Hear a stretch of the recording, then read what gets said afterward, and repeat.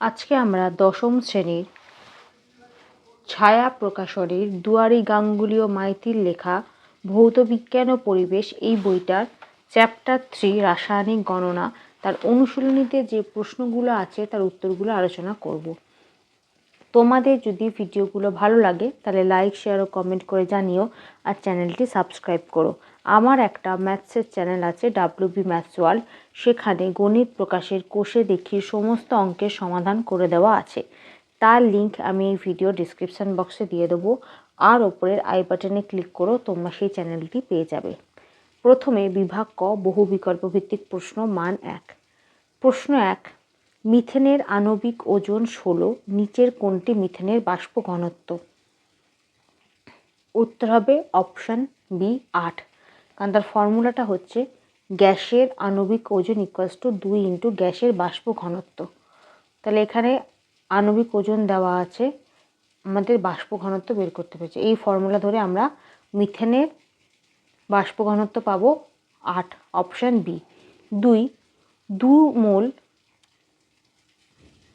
Nitric অক্সাইডের সঙ্গে অক্সিজেনের বিক্রিয়ায় উৎপন্ন নাইট্রোজেন ডাই অক্সাইডের আয়তন এসটিপিতে। উত্তর হবে অপশান ডি 44.8 লিটার। সমাধানটা দেখো। প্রথমে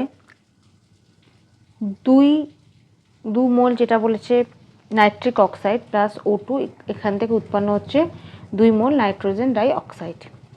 অতএব 2 মোল নাইট্রিক অক্সাইড 1 মোল অক্সিজেন সঙ্গে বিক্রিয়া করে 2 মোল নাইট্রোজেন ডাই অক্সাইড তৈরি হয়।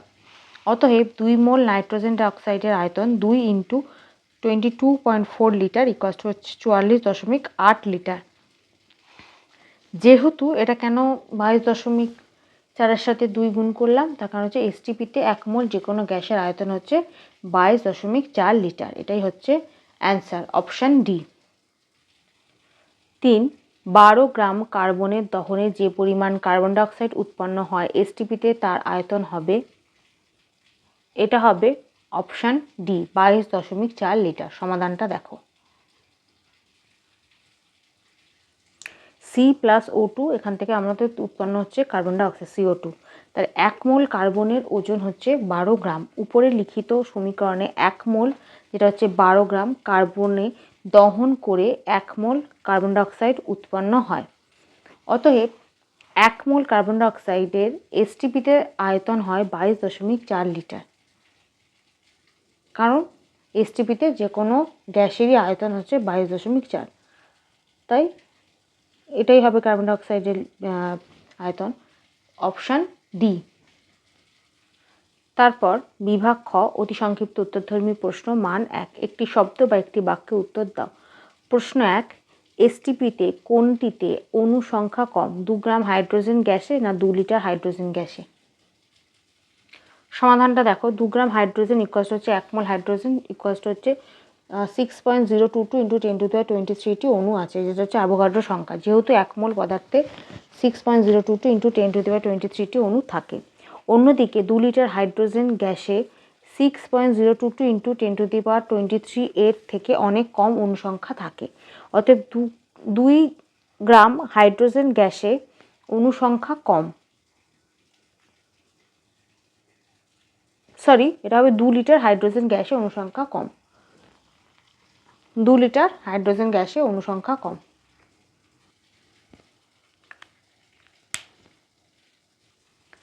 2, 10⁻³ মোল অ্যামোনিয়ার ভর কত? 1 মোল অ্যামোনিয়ার, যেটা হচ্ছে NH3, আণবিক ভর হচ্ছে 17 গ্রাম। অতএব 10⁻³ মোল অ্যামোনিয়ার আণবিক ভর হচ্ছে 17 × 10⁻³ গ্রাম = হচ্ছে 17 গ্রাম, 17 মিলিগ্রাম, 17 mg মানে 17 মিলিগ্রাম। এটাই হচ্ছে অ্যান্সার। 3, গ্যাসের প্রমাণ ঘনত্ব ও বাষ্প ঘনত্ব বলতে কি বোঝো? 22 নম্বর পাতায় একদম শেষের দিকে প্রথমে গ্যাসের প্রমাণ ঘনত্ব, তারপর গ্যাসের বাষ্প ঘনত্ব, এখান থেকে এতটা।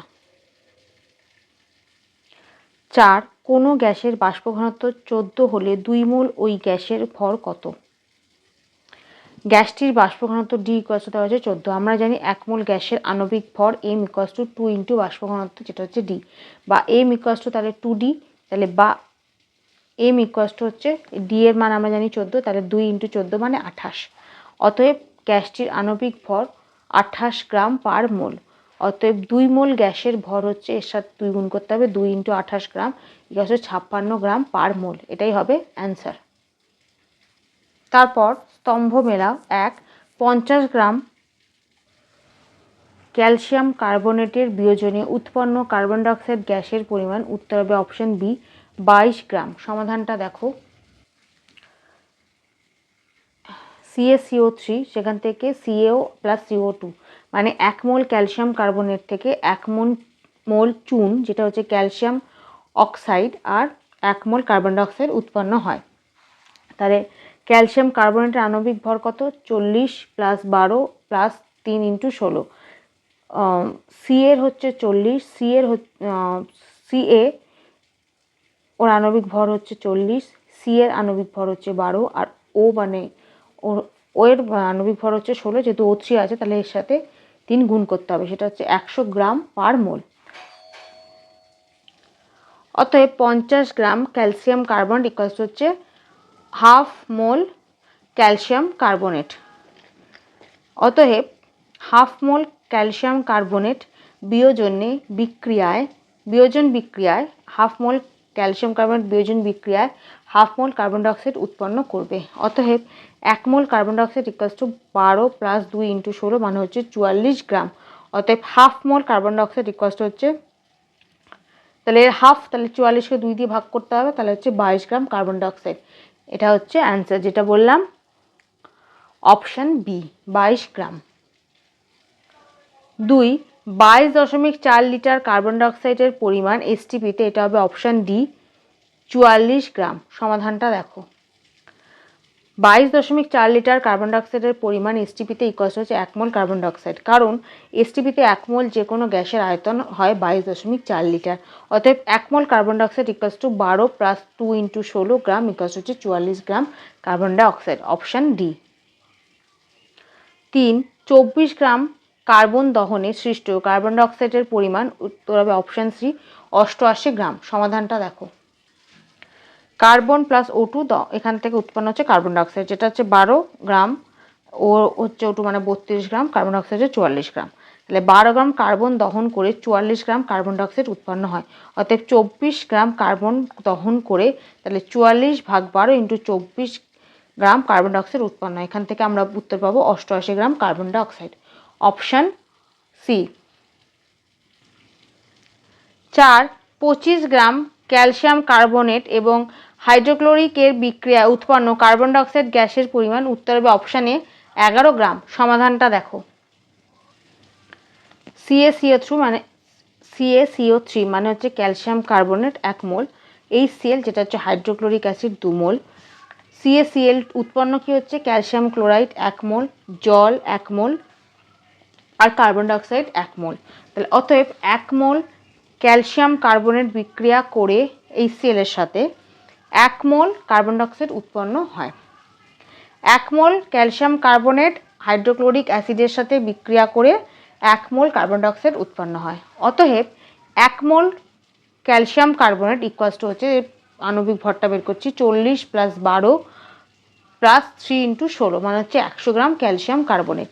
আর 1 মোল কার্বন ডাইঅক্সাইড মানে হচ্ছে 12 প্লাস 2 ইন্টু 16 মানে হচ্ছে 44 গ্রাম কার্বন ডাইঅক্সাইড। অতএব 100 গ্রাম ক্যালসিয়াম কার্বনেট উৎপন্ন করে 44 গ্রাম কার্বন ডাইঅক্সাইড।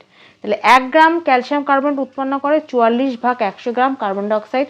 অতএব 25 গ্রাম ক্যালসিয়াম কার্বনেট উৎপন্ন করে 44 ভাগ 100 ইন্টু 25 গ্রাম। এখান থেকে কাটাকুটি করে আমাদের উত্তর আসবে 11 গ্রাম কার্বন ডাইঅক্সাইড, যেটা হচ্ছে অপশান এ। তারপর শূন্যস্থান পূরণ করো। 1 গ্যাসের আণবিক ওজন ইকুয়ালস টু 2 ইন্টু ড্যাশ। উত্তর হবে গ্যাসের বাষ্প ঘনত্ব। 2 এসটিপিতে যে কোনো গ্যাসের 1 মোল অণুর আয়তন ড্যাশ। উত্তর হবে 22.4 লিটার। 3 চুনা পাথরের তাপ বিয়োজনে ড্যাশ এবং কার্বন ডাইঅক্সাইড উৎপন্ন হয়। উত্তর হবে ক্যালসিয়াম অক্সাইড CaO। তারপর সত্য মিথ্যা নিরূপণ করো। একই চাপ ও উষ্ণতায় সব গ্যাসেরই মোলার আয়তন একই হয়, সত্য। 2, এসটিপিতে 22.4 লিটার কার্বন মনোক্সাইড এবং 22.4 লিটার নাইট্রোজেন গ্যাসের ভর সমান, মিথ্যা। 3, বাষ্প ঘনত্ব একটি এককবিহীন রাশি, সত্য। তারপর বিভাগ ঘ, দীর্ঘ উত্তরভিত্তিক বা গাণিতিক প্রশ্ন, প্রশ্নমান 3। প্রশ্ন 1, 20 গ্রাম করে 1 পটাশিয়াম ক্লোরেট ও 2 ক্যালসিয়াম কার্বনেটকে তীব্রভাবে উত্তপ্ত করলে প্রত্যেক ক্ষেত্রে কতটা ওজনের হ্রাস ঘটবে? সমাধানটা দেখো। প্রথমে 1 2 KClO3 পটাশিয়াম ক্লোরেট, তাকে হিট দিলে উৎপন্ন হবে 2 পটাশিয়াম ক্লোরাইড প্লাস 3 মোল অক্সিজেন। এটা 2 মোল পটাশিয়াম ক্লোরেট, তাকে তাপ দিলে হবে 2 মোল পটাশিয়াম ক্লোরাইড আর 3 মোল অক্সিজেন। তাহলে মোট ভর কত? প্রথমে 2 মোল potassium chlorate equals to 2 third ব্র্যাকেটের মধ্যে 39 প্লাস 35.5 প্লাস 3 ইন্টু 16, এখানটা হচ্ছে 245 গ্রাম। আর 3 মোল অক্সিজেন ইকুয়ালস টু 3 থার্ড ব্র্যাকেটের মধ্যে 2 ইন্টু 16, তার মানে হচ্ছে 96 গ্রাম। এই অক্সিজেন বাষ্পীভূত হয়ে ওজন হ্রাস করে। তাহলে অতএব 245 গ্রাম পটাশিয়াম ক্লোরেট উত্তপ্ত করলে ওজন হ্রাস হয় 96 গ্রাম, কারণ যেটা অক্সিজেন ওটাই হ্রাস করে। তাহলে অক্সিজেন ওজন হচ্ছে 96 গ্রাম, তাহলে 96 গ্রাম হবে। তাহলে 1 গ্রাম পটাশিয়াম ক্লোরেট উত্তপ্ত করলে ওজন হ্রাস হয় 96 ভাগ 245 গ্রাম।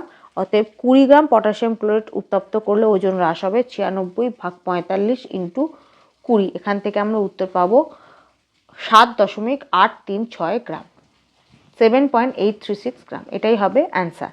তারপর একটা ক্যালসিয়াম কার্বনেট। তাহলে 1 মোল ক্যালসিয়াম কার্বনেটকে উত্তপ্ত করলে 1 মোল ক্যালসিয়াম অক্সাইড ও 1 মোল কার্বন ডাইঅক্সাইড পাওয়া যায়।